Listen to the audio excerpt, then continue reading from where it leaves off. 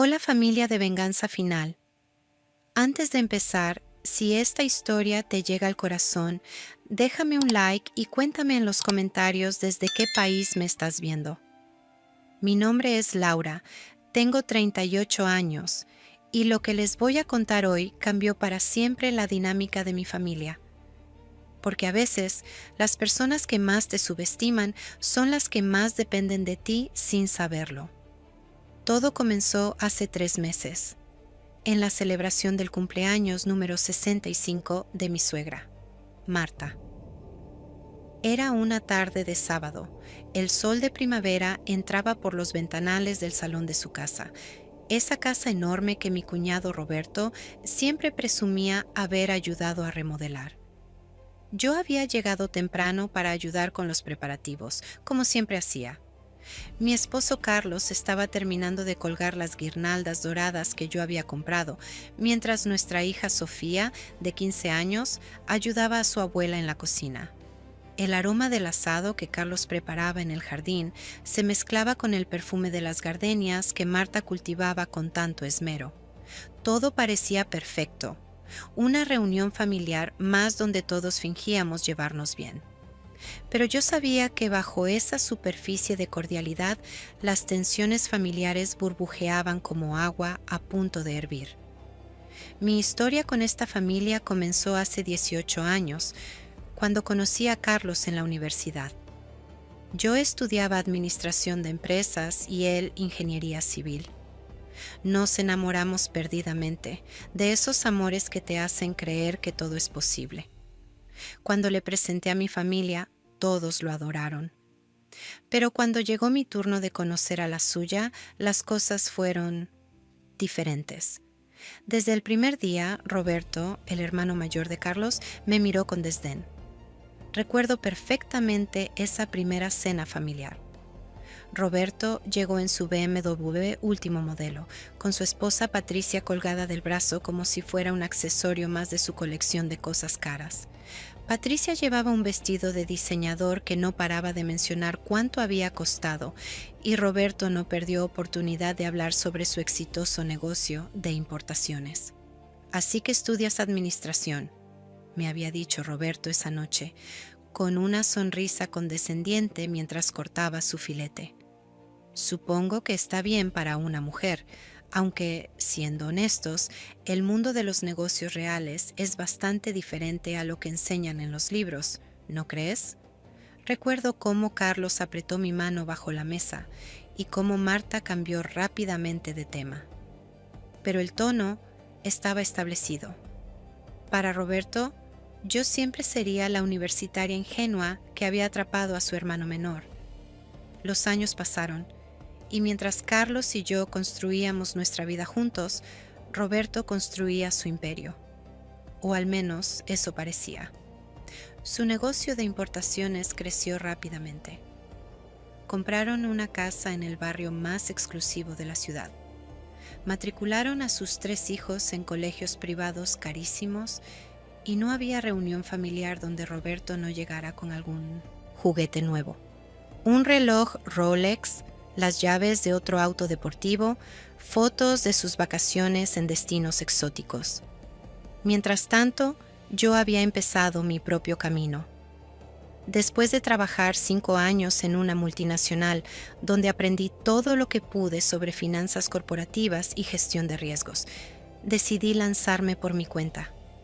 Empecé pequeño, muy pequeño, un servicio de consultoría financiera desde casa, con apenas 3 clientes. Carlos me apoyó desde el primer día, convirtiendo el estudio de nuestra casa en mi primera oficina. ¡Qué tierno!, había comentado Patricia en una cena familiar cuando les conté sobre mi emprendimiento. Laura tiene su pequeño proyectito desde casa. Debe ser lindo poder trabajar en pijama mientras cuidas a Sofía. Roberto había soltado una carcajada. Consultoría financiera desde casa. Déjame adivinar, ¿ayudas a las señoras del barrio a organizar sus gastos del supermercado? La humillación quemaba, pero sonreí y no dije nada.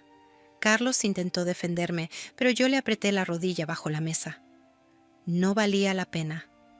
que pensaran lo que quisieran. Lo que Roberto no sabía era que mi pequeño proyectito había evolucionado considerablemente. En los últimos 8 años había construido silenciosamente una firma de consultoría financiera especializada en reestructuración de deudas corporativas. No era glamoroso, no era visible, pero era extremadamente lucrativo. Mis clientes no eran las señoras del barrio, sino empresas medianas en problemas financieros que necesitaban negociar con sus acreedores. Había aprendido a moverme en el mundo de las finanzas corporativas como pez en el agua. Conocía cada recoveco legal, cada estrategia de negociación, cada forma de reestructurar una deuda. Y lo más importante, había desarrollado una red de contactos en todos los bancos y fondos de inversión importantes del país.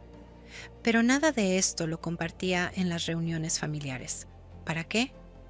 Mientras Roberto pavoneaba sobre sus últimas importaciones de productos electrónicos desde China, yo simplemente sonreía y hablaba sobre las recetas nuevas que había probado o sobre los progresos de Sofía en el colegio.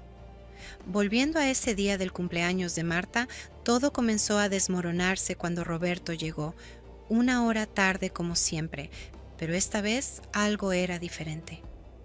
No llegó en su BMW habitual, sino en el Toyota Corolla de Patricia. Ella lucía tensa, con ojeras que el maquillaje no lograba ocultar completamente. Sus hijos, normalmente ruidosos y demandantes, estaban extrañamente callados. «Perdón por la tardanza», dijo Roberto, evitando el contacto visual con todos. El tráfico estaba imposible. Mentira. Vivían a 15 minutos de casa de Marta y era sábado por la tarde. Pero nadie dijo nada. Roberto se sirvió un whisky doble antes siquiera de saludar a su madre apropiadamente, y noté cómo sus manos temblaban ligeramente al llevar el vaso a sus labios.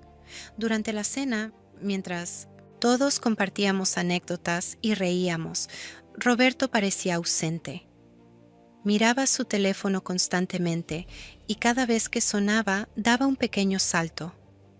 Patricia intentaba mantener la conversación, pero era evidente que algo andaba muy mal. Fue entonces cuando Marta, con la inocencia de una madre orgullosa, cometió el error de preguntarme sobre mi negocio.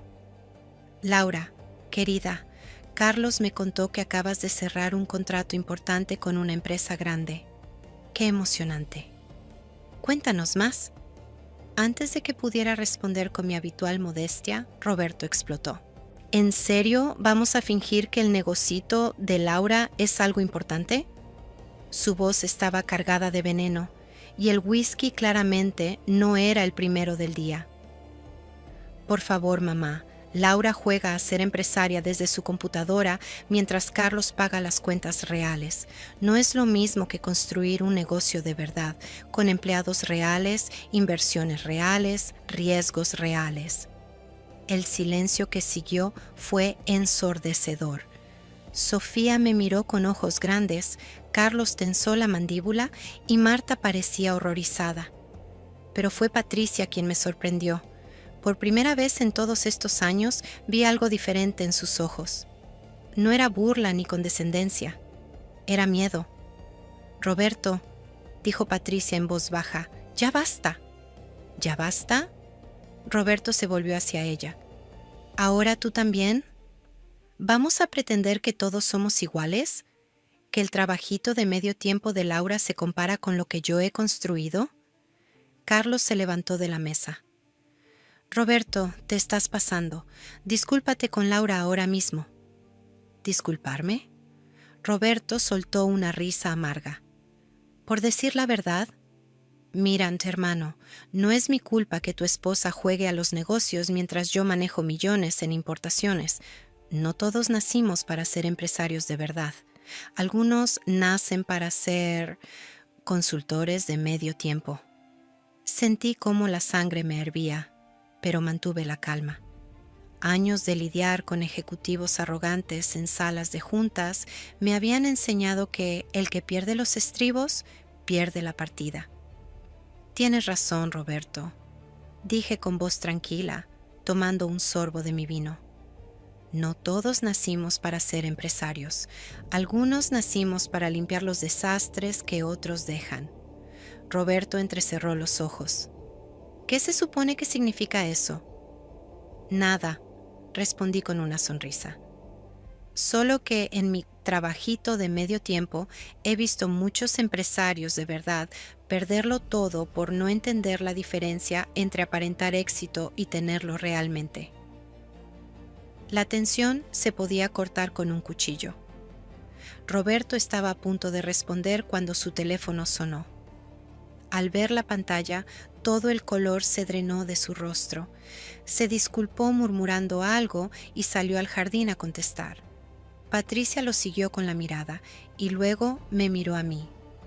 Por un momento pensé que iba a decir algo, pero simplemente agachó la cabeza y se concentró en su plato intacto. El resto de la cena transcurrió en un silencio incómodo. Roberto volvió después de 20 minutos, luciendo como si hubiera visto un fantasma. No volvió a dirigirme la palabra y se fueron poco después de cortar el pastel. Esa noche, mientras ayudaba a Marta a limpiar, ella me tomó de las manos. «Laura, mi niña», me dijo con lágrimas en los ojos, «sé que Roberto puede ser difícil. Siempre ha sido así, desde niño. Necesitaba ser el mejor, el más exitoso, el que más tenía. Pero tú siempre has sido la más fuerte de esta familia, aunque él no lo vea». «No se preocupe, Marta», le respondí, abrazándola. Las personas, como Roberto, eventualmente aprenden que el éxito construido sobre el ego es tan frágil como un castillo de naipes. No sabía cuán proféticas serían mis palabras. 3 días después estaba en mi oficina. Sí, mi oficina real. No en casa, sino en el edificio corporativo del centro donde alquilaba un piso completo para mi firma, cuando mi asistente, Andrea, entró con una expresión peculiar. «Laura, hay algo que necesitas ver», dijo, colocando una carpeta sobre mi escritorio. «¿Recuerdas el caso de reestructuración de importadora Élite que compramos la semana pasada?» Mi corazón se detuvo. Importadora Élite era el nombre de la empresa de Roberto. «¿Qué hay con eso?», pregunté, aunque ya sospechaba la respuesta. «Acabamos de recibir toda la documentación del fondo de inversión. Laura, es peor de lo que pensábamos. La empresa tiene deudas por más de $5 millones. Han estado falsificando estados financieros durante los últimos 2 años para mantener las líneas de crédito abiertas. El fondo quiere liquidar todo ya». Abrí la carpeta con manos temblorosas. Ahí estaba todo: estados de cuenta, contratos de préstamo, garantías personales firmadas por Roberto y Patricia. Habían hipotecado su casa, sus autos, todo. Y ahora mi firma era dueña del 70% de esa deuda, comprada al fondo de inversión por centavos de dólar. «Andrea», dije lentamente, «¿Roberto Mendoza sabe que nosotros compramos su deuda?» «No todavía. El fondo solo le notificó que la deuda fue vendida a una firma de reestructuración. Le darán nuestros datos mañana para que se ponga en contacto». Me recosté en mi silla, procesando la ironía de la situación. El hombre que había pasado años burlándose de mi pequeño negocio, ahora dependía completamente de mí para no perderlo todo. «¿Qué quieres hacer?», preguntó Andrea. «Técnicamente hay un conflicto de interés aquí, es tu familia». «Técnicamente», respondí, «es mi cuñado, no un pariente consanguíneo, y profesionalmente somos la mejor opción que tiene. Si no trabajamos nosotros este caso, el siguiente comprador ejecutará las garantías inmediatamente». Andrea asintió. «¿Entonces procedemos?» «Procedemos. Pero Andrea, quiero que seas tú quien maneje la comunicación inicial. Que no sepa que soy yo hasta que sea absolutamente necesario». Los siguientes días fueron una tortura de anticipación. Según Andrea, Roberto había intentado negociar agresivamente. Luego había intentado ganar tiempo y finalmente había rogado por una reunión con el director de la firma. No tenía idea de que ese director era yo. Mientras tanto, en casa, Carlos notó mi distracción. ¿Está todo bien?, me preguntó una noche mientras cenábamos. Ha estado muy callada desde el cumpleaños de mamá. Solo trabajo, respondí, lo cual era técnicamente cierto. Un caso complicado. ¿Algo de lo que quieras hablar? Miré a mi esposo, el hombre que me había amado y apoyado durante todos estos años, y supe que tenía que decirle la verdad. Carlos, necesito contarte algo, pero necesito que me prometas que me dejarás manejar esto a mi manera. Su expresión se volvió seria. Me estás asustando. Respiré profundo y le conté todo. Sobre mi firma, sobre el verdadero alcance de mi negocio, sobre la deuda de Roberto, sobre el poder que ahora tenía sobre el futuro de su hermano. Carlos escuchó en silencio y cuando terminé, se quedó mirándome como si me viera por primera vez. Todo este tiempo, comenzó, ¿todo este tiempo has estado manejando millones y nunca dijiste nada? Tú sabías que mi negocio iba bien, respondí defensivamente. Pero no sabía que eras la dueña de una de las firmas de reestructuración más importantes de la ciudad. Laura, ¿por qué no me lo dijiste? Porque no quería que fuera sobre el dinero, respondí con lágrimas en los ojos. No quería que tu familia me viera diferente o que pensaran que presumía. Y honestamente, después de años de burlas de Roberto, se convirtió en mi pequeña venganza privada. Saber que era más exitosa que él mientras él me trataba como una amateur. Carlos se levantó y me abrazó. Mi amor, eres increíble, pero ahora, ¿qué vas a hacer con Roberto? Lo que haría con cualquier cliente, respondí. Intentar salvar lo que se pueda salvar. Pero Carlos, él va a tener que tragarse su orgullo. Todo. La reunión estaba programada para el viernes siguiente. Le pedí a Andrea que citara a Roberto a las 3 de la tarde en nuestra sala de juntas principal. Yo estaría esperándolo ahí. Ese viernes me vestí con especial cuidado. Traje negro de sastre, el que usaba para las negociaciones más importantes, tacones altos, maquillaje impecable, el reloj de oro que Carlos me había regalado en nuestro 10º aniversario. Cada detalle calculado para proyectar poder y profesionalismo. A las 2:55, Andrea me avisó que Roberto había llegado. Se ve terrible, susurró, y viene solo. Hazlo esperar 5 minutos, le dije. Luego tráelo. Esos 5 minutos los usé para revisar una vez más los números. La situación de Roberto era desesperada. Sin una reestructuración agresiva, perdería todo en menos de un mes. Con mi ayuda podría salvar el negocio, aunque tendría que hacer sacrificios enormes. Escuché los pasos en el pasillo y me puse de pie, dándole la espalda a la puerta mientras fingía mirar por el ventanal que daba a la ciudad. Señor Mendoza, escuché a Andrea decir, le presento a la directora de la firma, quien personalmente manejará su caso. Me di vuelta lentamente y nunca olvidaré la expresión en el rostro de Roberto cuando me vio. Pasó por sorpresa, confusión, incredulidad y finalmente, horror absoluto. ¿Laura? Su voz era apenas un susurro. Roberto, respondí con tono profesional. Por favor, toma asiento. Tenemos mucho que discutir sobre el futuro de Importadora Élite. Esto es una broma, dijo, todavía de pie. No puede ser real. Te aseguro que es muy real, respondí, abriendo la carpeta con sus documentos. Tan real como los $5.200.000 que debes. Tan real como las 3 propiedades que pusiste como garantía. Tan real como el hecho de que tienes exactamente 22 días antes de que los bancos ejecuten todo. Roberto se desplomó en la silla como si le hubieran cortado las piernas. ¿Cómo? ¿Desde cuándo? ¿Desde cuándo manejo una de las firmas de reestructuración más importantes de la ciudad? Completé su pregunta. 8 años, Roberto.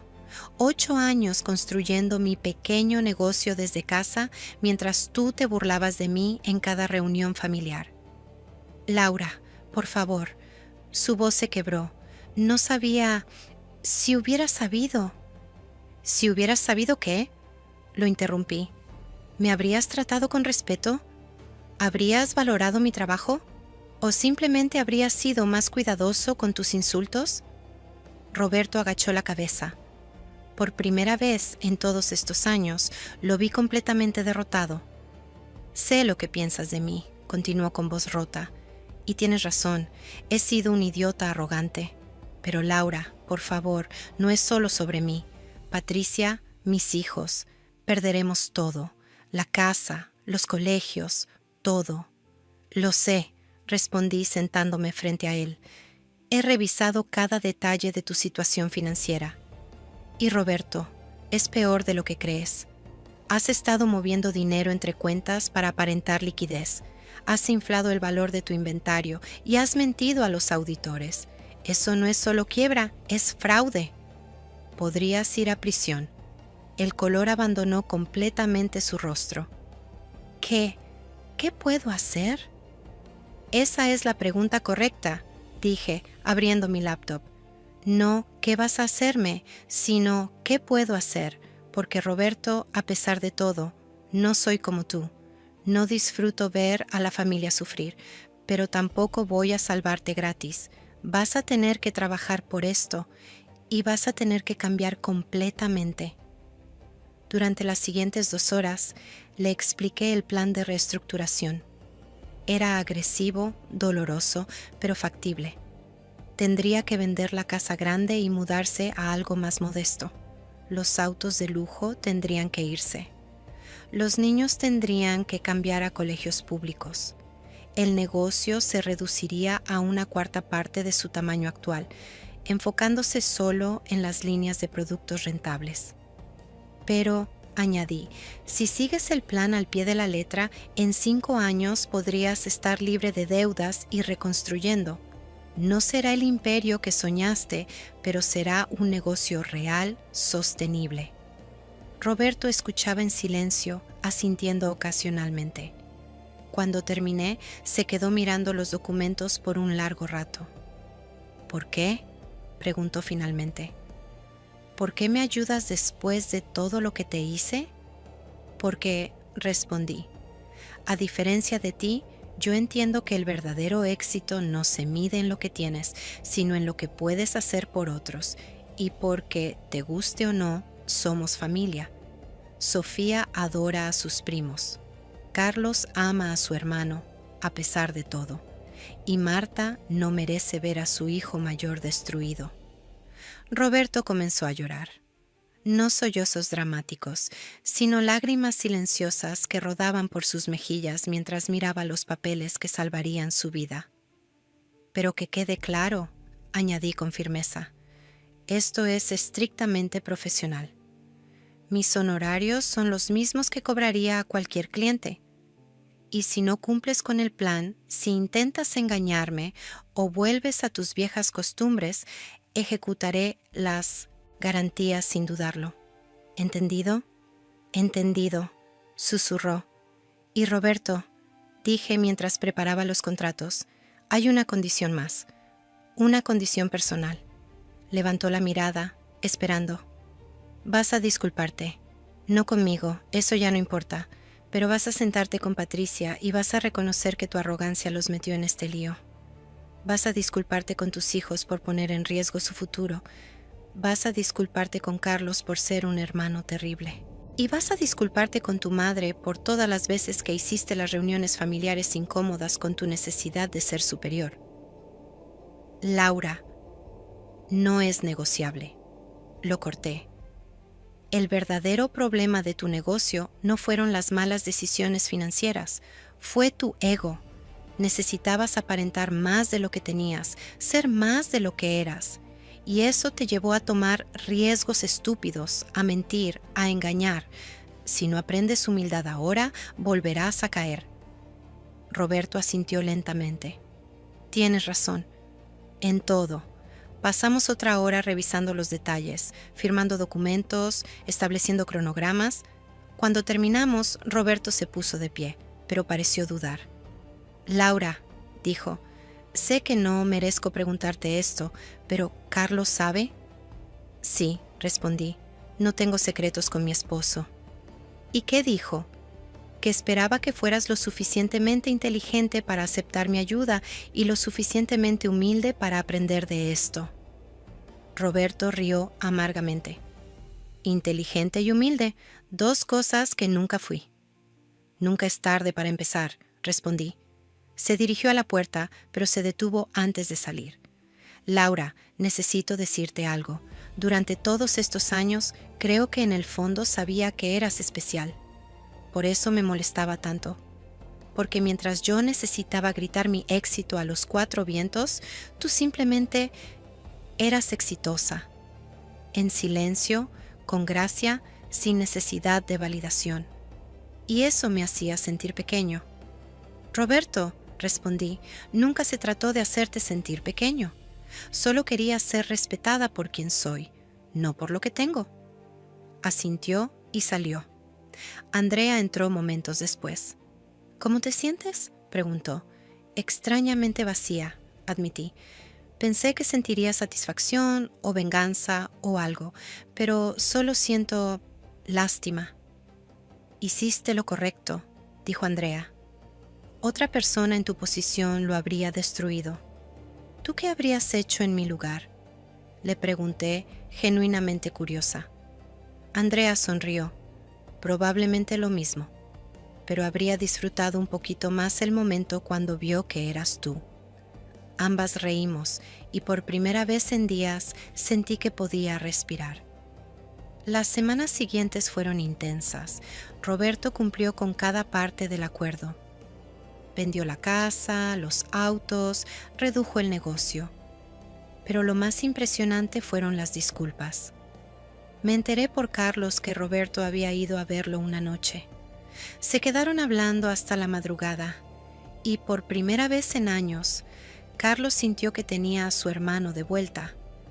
No el empresario arrogante, sino el Roberto que lo protegía de los bravucones en la escuela, el que le enseñó a andar en bicicleta. Marta me llamó llorando después de que Roberto la visitara. No sé qué le dijiste, me dijo entre sollozos, pero gracias. Mi hijo volvió, el hijo que crié, no el extraño arrogante en el que se había convertido. Patricia también me buscó. Nos encontramos para tomar café una tarde y por primera vez tuvimos una conversación real. Sé que nunca fui amable. Contigo, comenzó Patricia, removiendo nerviosamente su café. Seguía la corriente de Roberto porque tenía miedo. Miedo de no ser suficiente, de perder el estilo de vida, de que me dejara por alguien más joven y más sofisticada. Así que me convertí en lo que él quería, la esposa trofeo perfecta que miraba a otros por encima del hombro. Patricia, le dije, tomando su mano, todas hacemos lo que creemos necesario para sobrevivir. No te juzgo. Deberías, respondió con lágrimas en los ojos. Fui horrible contigo y todo el tiempo tú eres increíble. Roberto me contó todo. ¿Cómo construiste tu empresa? ¿Cómo nos estás salvando? Laura, ¿cómo lo hiciste? ¿Cómo soportaste años de desprecio sin decir nada? Porque sabía quién era, respondí simplemente. No necesitaba la validación de Roberto o tuya o de nadie. Tenía el amor de mi esposo, de mi hija, el respeto de mis clientes y empleados. Eso era suficiente. Quiero aprender, dijo Patricia con determinación. Quiero ser como tú, fuerte, independiente, segura. ¿Me enseñarías? Y así, inesperadamente, gané una amiga. Patricia comenzó a trabajar medio tiempo en mi firma, aprendiendo sobre finanzas, sobre negocios, sobre valerse por sí misma. Era inteligente y aprendía rápido, y descubrí que bajo esa fachada superficial había una mujer con mucho potencial. Si hasta aquí ya sientes que esta historia te recuerda algo que viviste, escríbeme en los comentarios. No estás sola en esto. A veces las personas que más nos subestiman son las que terminan necesitándonos más. Y está bien establecer límites mientras ayudamos. 3 meses después de aquella primera reunión en mi oficina, tuvimos otra reunión familiar. Esta vez era el cumpleaños de Sofía, quien cumplía 16 años. Insistió en algo sencillo, solo la familia en nuestra casa. Roberto y Patricia llegaron temprano, en un Honda Civic usado pero impecable. Roberto traía una tarta casera que Patricia había horneado, no una comprada en la pastelería cara como solían hacer. Sus hijos jugaban en el jardín con Sofía, riéndose sin la presión de ser superiores a su prima. Durante la cena, la conversación fluyó natural. Roberto habló sobre los desafíos de reconstruir el negocio, pero con humildad, pidiendo consejos en lugar de presumir. Patricia compartió sobre su nuevo trabajo conmigo, emocionada por estar aprendiendo y contribuyendo. En un momento, Roberto levantó su copa de vino de caja, no importado, y pidió la palabra. «Quiero hacer un brindis», dijo, y todos guardamos silencio. «Por Laura, la mujer a la que subestimé, menosprecié y traté injustamente durante años. La mujer que, cuando tuvo todo el poder para destruirme, eligió salvarme. Laura, públicamente te pido perdón. Por cada comentario hiriente, por cada burla, por cada vez que te hice sentir menos. Eras un gigante disfrazado de persona normal, y yo era un enano disfrazado de gigante». «Roberto», comencé, pero él me interrumpió. «Déjame terminar, por favor. Necesito decir esto. Durante años creí que el éxito se medía en cosas, autos, casas, relojes. Tú me enseñaste que el verdadero éxito se mide en la capacidad de levantarte después de caer, en la gracia con la que tratas a quienes te lastimaron, en la fortaleza silenciosa que no necesita anunciarse. Sofía», dijo, volviéndose hacia mi hija, «tu madre es la persona más exitosa que conozco. No por su empresa o su dinero, sino por su carácter. Aprende de ella todo lo que puedas». Sofía sonrió con orgullo y Carlos apretó mi mano. Marta se secaba las lágrimas con su servilleta y Patricia asentía con una sonrisa. «Gracias, Roberto», dije cuando pude hablar sin que se me quebrara la voz. «Acepto tus disculpas y quiero que sepas que nunca se trató de venganza. Se trató de justicia y, más importante aún, de redención. Todos merecemos una segunda oportunidad». «¿Incluso los idiotas arrogantes?», preguntó con una sonrisa autodespreciativa. «Especialmente los idiotas arrogantes», respondí riendo. «Son los que más espacio tienen para crecer». La velada continuó entre risas y conversaciones genuinas. Por primera vez en años sentí que teníamos una verdadera familia, no una obra de teatro donde cada uno interpretaba un papel. Más tarde, mientras lavábamos los platos, Carlos me abrazó por detrás. «Estoy tan orgulloso de ti», susurró en mi oído. «No solo por tu éxito profesional, sino por cómo manejaste todo esto. Otra persona habría buscado venganza». «La mejor venganza es el éxito», respondí, «pero la mejor victoria es la transformación. Roberto no es la misma persona que era hace 3 meses. Y honestamente, yo tampoco. Guardar el secreto de mi éxito por orgullo era, a su manera, tan tóxico como su necesidad de presumir». «¿Te arrepientes de algo?», preguntó Carlos. Pensé por un momento. «Sí, me arrepiento de no haber sido más abierta contigo sobre el verdadero alcance del negocio. No por desconfianza, sino por ese mismo orgullo herido que me hacía querer demostrar mi valor en secreto. Eso no fue justo para ti». «Bueno», dijo Carlos girándome para mirarme a los ojos, «ahora no hay más secretos y tengo que admitir que es bastante sexy estar casado con una magnate de las finanzas. Reímos y nos besamos, y en ese momento sentí que todo había valido la pena. Han pasado 6 meses desde aquel día en mi oficina, cuando Roberto descubrió quién era realmente su acreedora. Su negocio va recuperándose lentamente, pero de manera sostenible. Ya pagó la primera cuota del plan de reestructuración, incluso se adelantó un mes. Patricia fue promovida en mi empresa a analista junior y está considerando estudiar una maestría en finanzas. Los niños se adaptaron sorprendentemente bien al colegio público. De hecho, el hijo mayor de Roberto me confesó que se sentía aliviado de no tener que fingir más ser perfecto, de poder tener amigos normales sin la presión de mantener un estatus. Pero el cambio más grande fue en las dinámicas familiares. Las reuniones ahora son genuinas, cálidas, sin esa tensión subyacente de competencia y resentimiento. Roberto y Carlos recuperaron su relación de hermanos.